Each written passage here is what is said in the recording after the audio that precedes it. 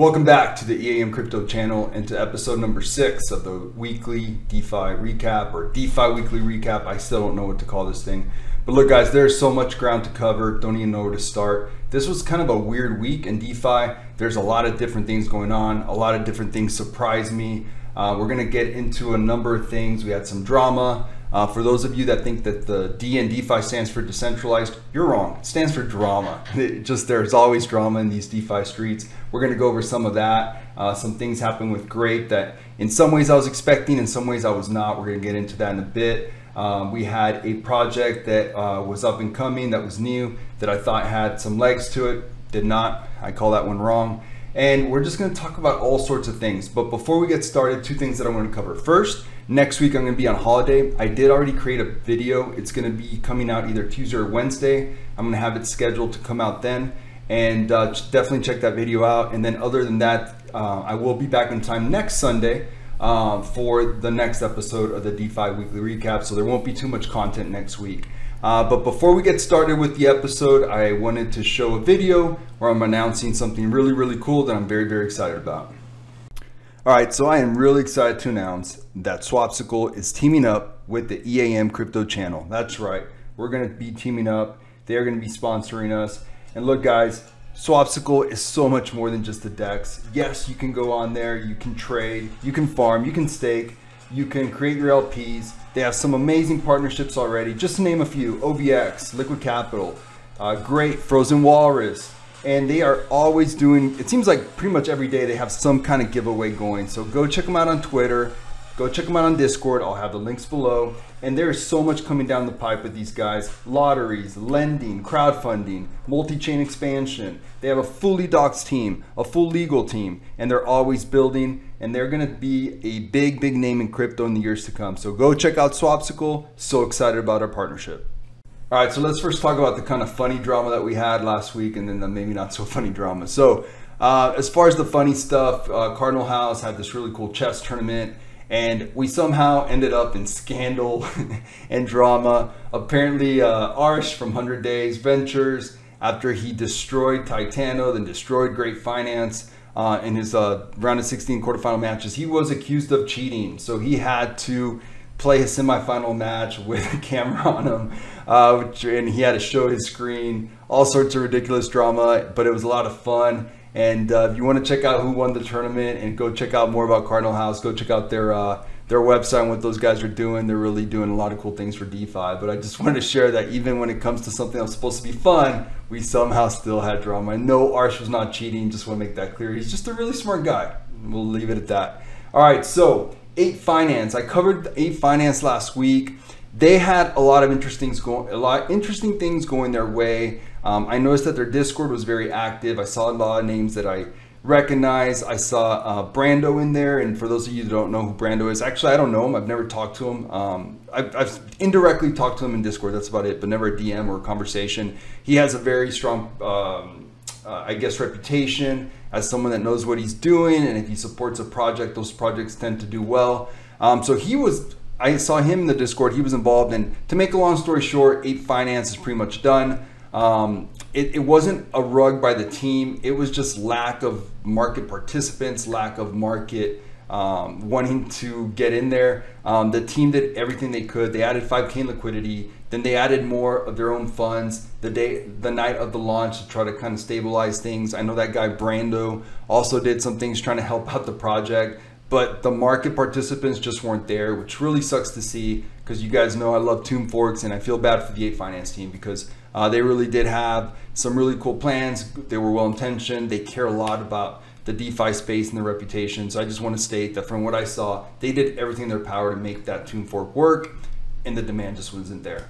All right, so what else? Great Finance. All right, so let's talk about Great Finance. Let's just get this conversation out of the way. So look, guys, we've talked about this time and time again. If I'm being repetitive and annoying, it's for a good reason, right? We're here. You guys are here on my channel. You're not here to see because I'm super charismatic and fun to watch. You're here because you want to become better traders and better investors. So let's talk about those sorts of things. So with Great Finance, we had talked about time and time again, that unfortunately in DeFi, we do not have enough market participants. We do not have enough liquidity. So what happens? The markets become super rotational. I know I've said this like what, 8 weeks in a row, 12 weeks in a row. I'm gonna keep saying it. You gotta get that in your head, because the fact that these markets are so rotational, they should affect your decisions and the way that you look at things. So let's look at what happened with wine and with grape. It's been awful. I mean, just awful. And I was not expecting such a big drop off. I was concerned, and I brought this up already a couple times, that with the big liquid capital event, and it's an event, it's a pending event, it's a $10 million raise. So the liquid capital pre-sale is going to affect all of DeFi. It's a big deal. It's a big project. They're trying to do something that's never been done before.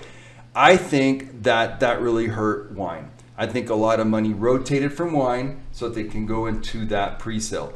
I also think that wine's been getting hit a little bit by the success of Frozen Walrus. Frozen Walrus is doing really, really well. Lame Hillbilly has things up and running. They're just killing it, and they're paying some nice APRs. And look at this, guys. I drew this on screen, right? Just kind of like off the cuff. I haven't gone back, and I don't think that I've gone back to make it look better. So I think this is what we came up with last week.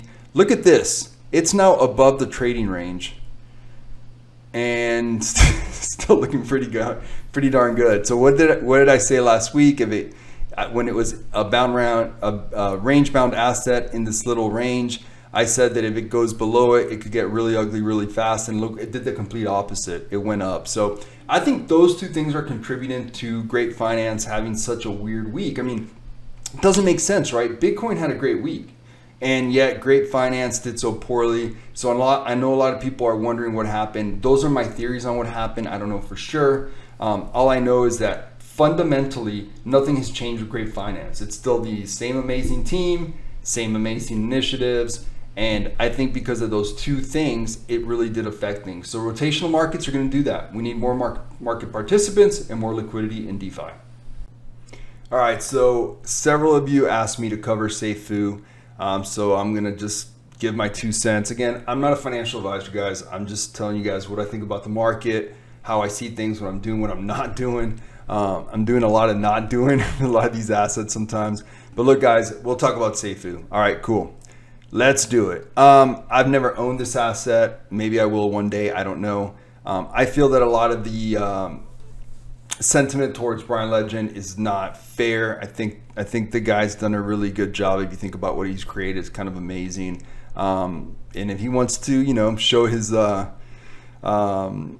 bags on screen, that's cool with me. Whatever works, man. So. But just looking at this asset, I mean, it really has done something pretty surprising in my opinion. I mean, it really has. We were down here at about what, $9, $8, I guess, and it's almost 3x since then. And this is on the daily. So again, you know, a lot of these assets are still very young, but it really does look like it's kind of it found a bottom, and it's trending the right way. So I find this very interesting, really interesting. I have no idea what's going to happen with this asset. I really don't. But yeah, I mean, you guys asked for my opinion. I'm not going to jump in there. You know, I missed the boat. The time to get in there was on the first couple of weeks, really, or I should say days. And a lot of people made a lot of money, and I'm happy for them. That's fantastic. Good for you. I mean, DeFi is about taking profit. It's about looking for spots. Some people found this as a nice spot right when it came out, and it worked out well for them. Other people saw this maybe bottoming out around below $10 and went in there, and they're doing really well from it. But as far as long term, I have no idea what this asset's going to do. Again, I feel like I've been a lot less bullish than most when it comes to talking about rebase protocols. But look, guys, it's still so young. I have no idea what these assets would be doing if they were born during a bull market instead of a bear market. And Safu started what, in early March?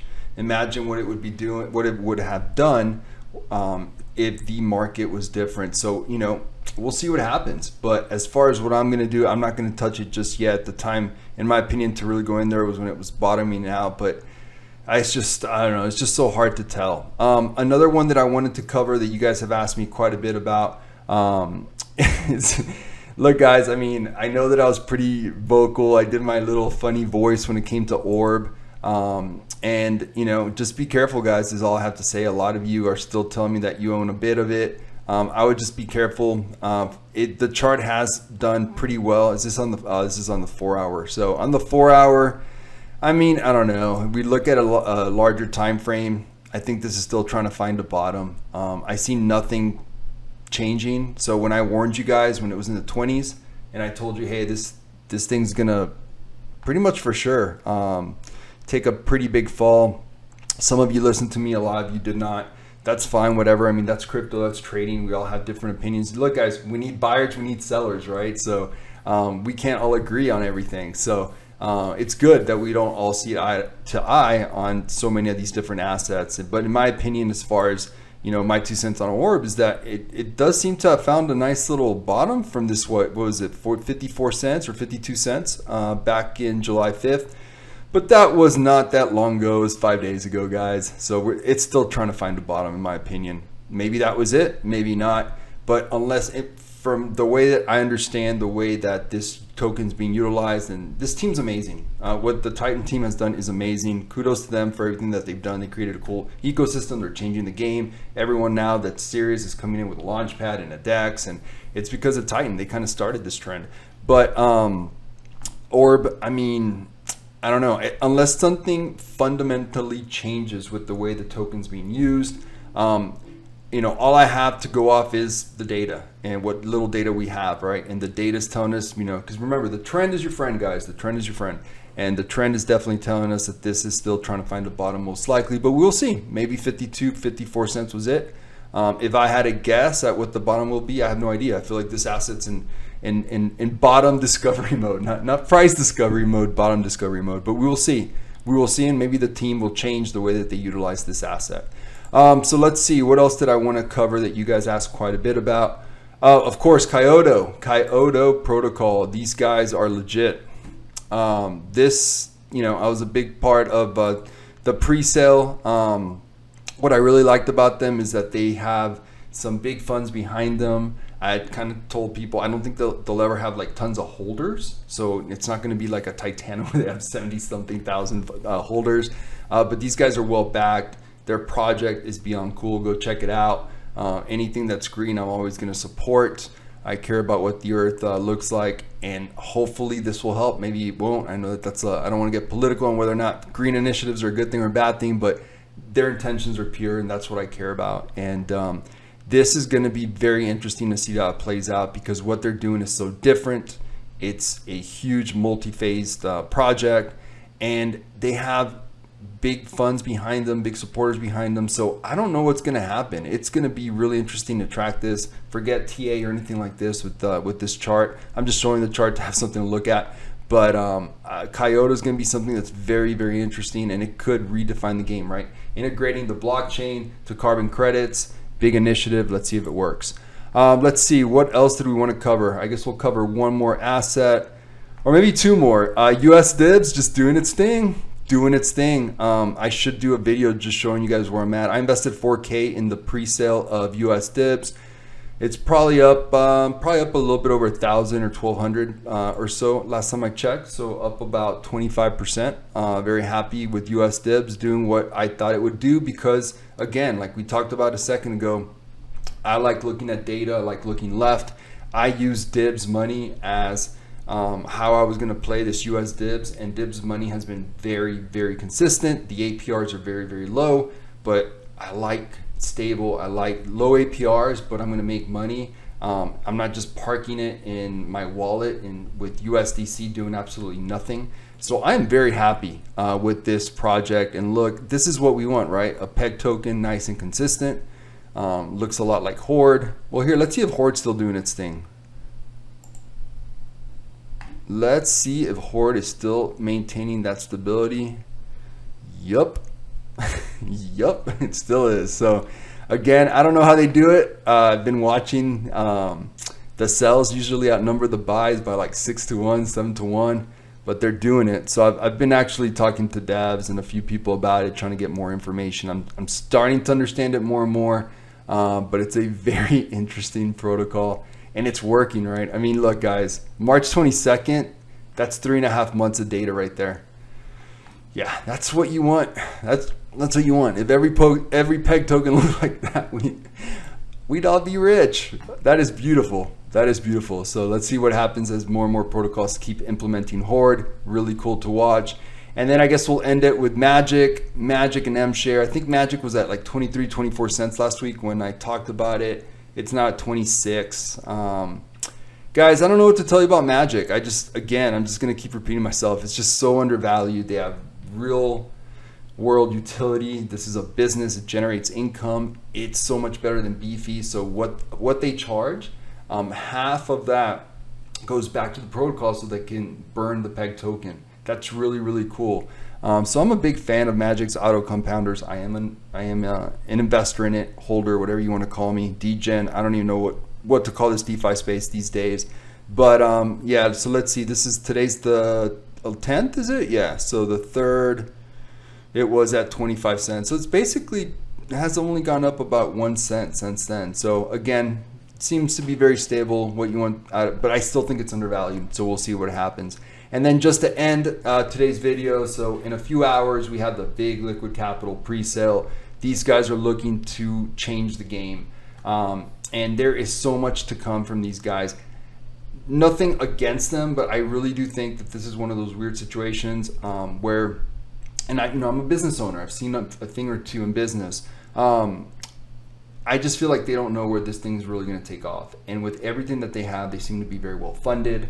They have all the partnerships. These guys are experienced. They have the guys from Tytan on board. They have all these different partners on board. I just think something amazing could happen when all these things get together. So will it be their lending platform? Maybe that's it. I don't know. But we will just see how that evolves. They're using that Horde LMS system, liquidity management system. So if that's the case, I do want to warn that a lot of people are going to go in there in today's pre-sale hoping for that 2x, 3x. I don't think that liquidity management system is going to allow it, but we'll see. We'll see what happens. I have no idea. I wish I knew more. I wish I was like a dev and can tell you guys more of these kinds of things. But I will say this. I do think that it's going to be stable as my 2 cents, and I feel very confident about what it's going to do. As far as price action, mainly because of that of their Horde partnership.